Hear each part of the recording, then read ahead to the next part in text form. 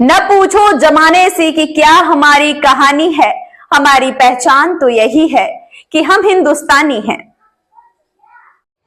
Kanpur commissionerate police को उस समय बड़ी सफलता हाथ लगी। पुलिस ने अवैध कोडीन युक्त कफ सिरप के अंतर्राष्ट्रीय सप्लायर को गिरफ्तार किया। इसके खिलाफ बीएनएस और एनडीपीएस एक्ट के अंतर्गत मुकदमा दर्ज था। एक प्रेस वार्ता करते हुए डीसीपी श्रवण कुमार सिंह ने बताया कि पकड़े गए आरोपी के ऊपर औषधियों के अवैध क्रय विक्रय, भंडारण और अंतर्राष्ट्रीय स्तर पर परिवहन के दस्तावेजों के साक्ष्य के छेड़छाड़ के आरोप लगाए गए थे। गिरफ्तार अभियुक्त के खिलाफ कानूनी कार्रवाई की जा रही है। दरअसल कानपुर के कलेक्टरगंज थाना में विनोद अग्रवाल पुत्र बालकिशन अग्रवाल निवासी फील खाना पटकापुर कानपुर नगर के खिलाफ कई धाराओं में मुकदमा दर्ज किया गया था।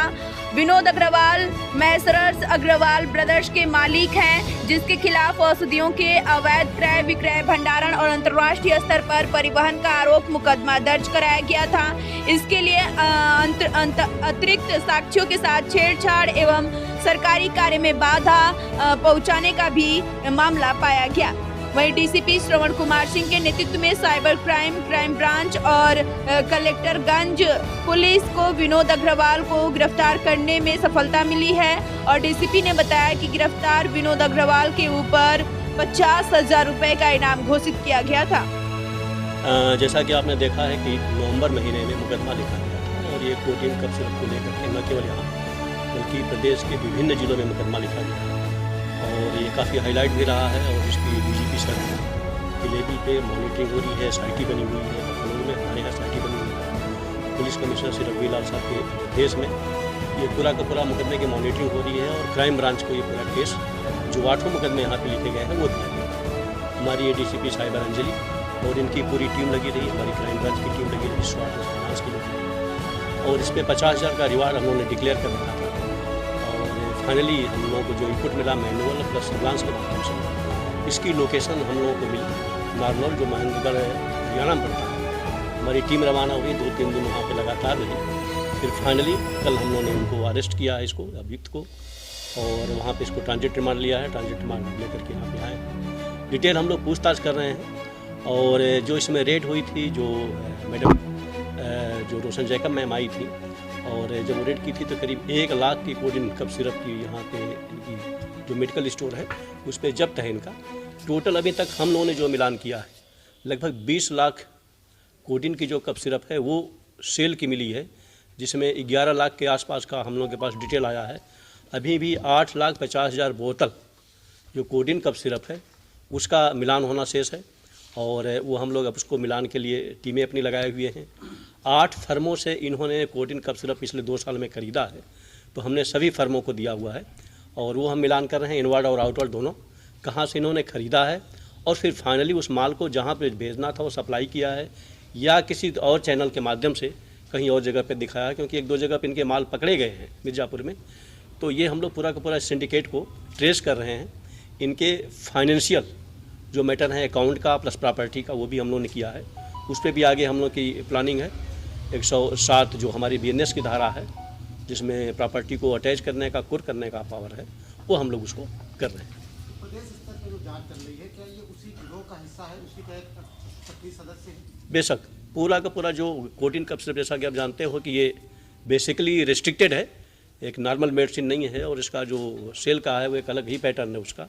ये उसी गैंग का हिस्सा है और इसकी बड़ी हाई लेवल पे मॉनिटरिंग हो रही है और पर डे इस पर डेली मतलब पूछताछ होती है कि क्या अपडेट है, क्या कार्रवाई आगे बढ़ी। इसके अलावा और कितने लोग हैं इसके गिरोह में? वही मैंने बताया ना, एक तो इसका लड़का भी है जिसकी अपनी नॉक्स फार्मा करके है नोएडा में, और इसके अलावा बाकी जिन लोगों ने लिया है, एक इससे और भी लिया है, प्रेमा मेडिकल ने लिया है।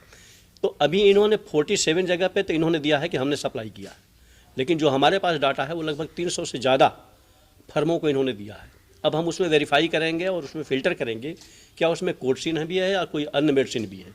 तो हमारा इसमें टाइम लगेगा, लेकिन बट हमारी टीम लगी हुई है और हम लोग इसको फाइनली कर रहे हैं। पूछताछ में उन्होंने बताया कि क्या अंतर पड़ जाता था सामान्यतः जिस तरीके से प्रोसेस से अगर बेचते हैं और इलीगली तरीके से इसे उसका इस्तेमाल भी होता है नशे के तौर पर लोग पीते हैं, तो क्या फायदा? नहीं, बहुत अंतर है, बहुत अंतर है। इसने जो बताया है जो बाहर जा रही थी उसमें काफ़ी मतलब कम से कम 1000% का अंतर है। तो ये बहुत है जो मेडिसिन के रूप में जा रहा है, जो इसको उसके रूप में ले रहे हैं। बहरहाल हम लोग जो इसका जो परचेजिंग है और जो इसकी सेलिंग, उस पर हम लोग फोकस किए हुए हैं और कोशिश ये है अगर इन्होंने कहीं और माल छिपा रखा है तो उसको हम लोग बरामद करें। हम लोग PCR के लिए भी अप्लाई करेंगे, हमारी टीम अप्लाई करेगी, फिर फाइनली आगे की कार्रवाई करेंगे। सर, बहुत से फर्जी बिल बना के भी लोग देखे होंगे, जैसे किसी को झूठा बता दिया कि इन्होंने हमसे माल खरीदा है। हाँ, ऐसे 2 मामले आए हैं। एक दीप फार्मा करके लखनऊ का आया है, जो इन्होंने वहाँ पे दिया और जब वहाँ पे ले गया तो उसने कहा कि वो है ही नहीं मौके पे।